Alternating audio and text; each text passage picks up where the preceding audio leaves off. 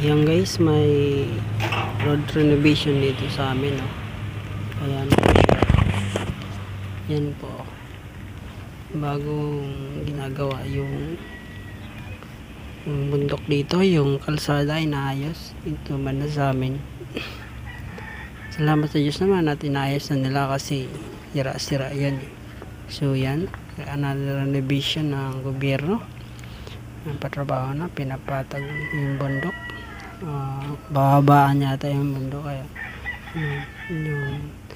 yan, tinatambak dyan banda baba yung mga lupang tinatanggal doon sa taas. So ayan guys,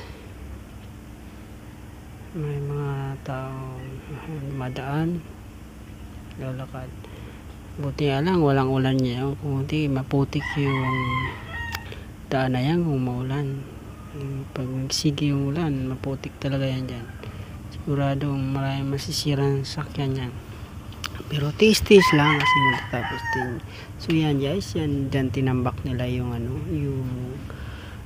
yung lupa na tinanggal.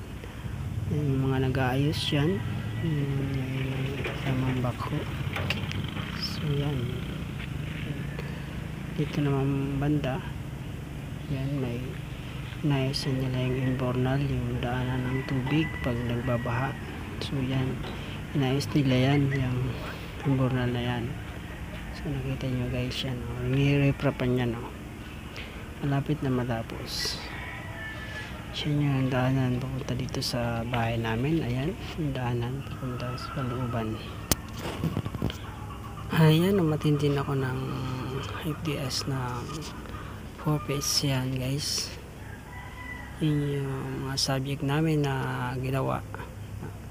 Sama ko yung aming pamangkin, si Buting, si anak ng kapatid ko, yan si Buting. Yung gwapong-gwapo yung Buting na yan. Kamukha ng tatay niya sa ano niya. So yan, kailangan na mag-attend guys kasi tapos sa para sa po